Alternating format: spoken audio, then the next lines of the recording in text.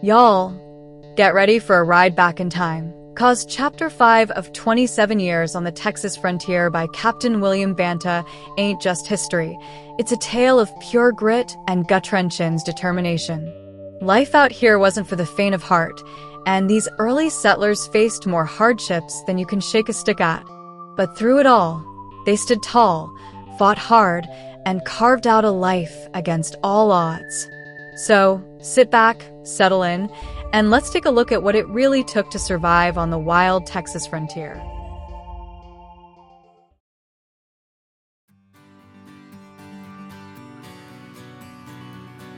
Now, when it came to house building, folks out here didn't have the luxury of fancy lumber or hired hands. You made do with what you had, and what you had was logs. A good, solid cabin was 14 by 16 feet. Small, sure, but built like a fortress. First 6 logs went up at 14 feet. Then the next 4 stretched to 16, giving the whole thing the look of a mighty stronghold. Roofs weren't much to look at. Just logs covered with 3-foot split boards, held down by weight poles to keep the wind from running off with them. Doors were made from split puncheons, pinned together with an auger, and swung on wooden hinges that didn't so much as squeak. If you wanted in, you best be invited, cause heavy wooden bars kept them doors locked up tight from the inside. Every crack between the logs got stuffed full with split timber and hammered in deep with an axe. Kept the cold out in the varmints too. A proper settler's house wasn't just a home. It was a last stand if need be. Small gun ports were cut into the walls, so a man could take a shot at any unwelcome visitors without sticking his neck out. And if trouble came knocking, that upper wall jutted out just enough so folks inside could shoot straight down at any fool trying to force his way in. Floors? Well, most were dirt, but if you had the means, you might hew out some puncheons and pin them down solid. Chimneys were built to last, either heavy timber or rough stone. Whatever you could scrounge up, weren't nothing fancy, but it'd keep you warm and, more importantly, it'd keep you alive. When it came to grinding corn, most folks relied on a hand mill, a sturdy contraption bolted to a post. It had 2 cranks and a funnel-shaped hopper, holding the peck of corn at a time. Weren't quick work, neither.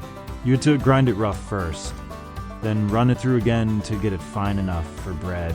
If you were too poor for a mill, you got creative. Hollowed out a block of wood for a mortar and pounded away with a pestle. Some folks boiled the corn first and scraped it down with a grater, though that was slow going and tough on the hands. Now, Fannin County had itself a couple of corn mills. First one was built by a fella named Anderson on Bullard's Creek. Problem was that contraption needed 2 grindings before you got anything useful out of it. Then old Gilbert came along and set up a mill near Bonham that could grind corn in just one go. Folks near lost their minds over that bit of progress. But mills took their cut, and some figured the owners were getting a little too greedy. Why should we pay these vultures? One farmer griped. They take 1/4 of our corn. Sometimes feels like they've snatched half. Instead of forking over hard-earned grain, plenty of families just went back to grinding at home, figuring they'd rather keep what little they had than hand it over to a fella with a fancy millstone. Clothes were made to last, not to impress. Men wore buckskin pants, long hunting shirts, and moccasins, topped with whatever hat they could get their hands on. Women spun cotton by hand, weaving bit on a loom to make dresses that were tough enough to withstand the work they had to do. Leather was tanned at home for shoes and moccasins, And if you had wool, you spun that too. Ain't nobody had the time or money for store-bought nonsense. Even church wasn't a safe place to let your guard down. Men carried rifles, stacked them in the corner when they sat down, but always kept a knife or pistol handy. Social gatherings were the same. Men in buckskin, women in homespun, all ready for trouble should it come their way. Come spring, folks would get out and plant their seed corn, but they wouldn't touch no bread until the harvest was ready. Didn't mean they went hungry, though. The land provided wild game, honey, fresh milk, butter, and homemade cheese kept bellies full. Summer brought wild berries and grapes, while fall meant nuts aplenty. Bear meat was salted down like pork, and bear fat got used just like lard. Ain't nobody needed store-bought coffee when you had sassafras tea and honey worked just fine in place of sugar. Stores weren't like today. You didn't walk in with coins jingling in your pocket. You bartered. Hides, bear oil, beeswax, honey. That's what bought you the things you couldn't make yourself. Prices were steep, too. Coffee ran 25 cents a pound, tobacco $1 a plug, and salt's price could hit $12 a sack. A pair of shoes? That'd be $2.50, and boots ranged from $5 to $10. If you wanted a full suit of store-bought clothes, expect to shell out $50, and that was a fortune back then. Since the nearest market was 200 miles away in Shreveport, most folks only made the trip once a year. Farm tools were crude: wooden moldboard plows, reap hooks, and flails for threshing grain. When scythes and cradles came along, folks thought they were the best thing since sliced bread. Oxen were the work animals of choice. Horses were too risky, since the Indians were always looking to steal 'em. Even building a house was dangerous business. Couldn't just go chopping timber without watching your back. Men had to work in shifts, half chopping, the other half standing guard with rifles in case of an ambush. While men scouted, women and children holed up together in one house under guard, sometimes for weeks.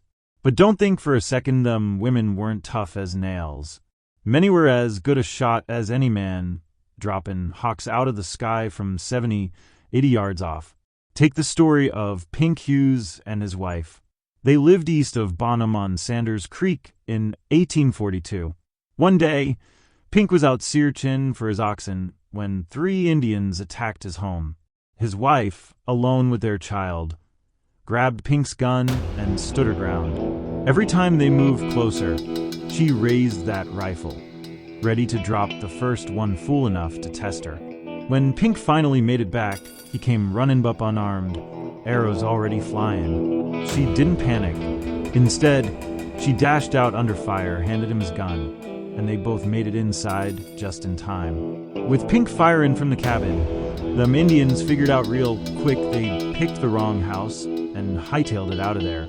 Ain't much written about the courage of women on the frontier, but I'll tell you this: half the men wouldn't have lived without them. They didn't just keep the home, they kept folks alive. That's how it was in early Texas. Life was hard, but folks were harder. You survived by grit, by wit, and by the gun.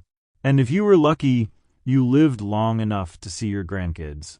Thank you for watching and listening to Captain William Banta's first-hand experiences of living in Texas.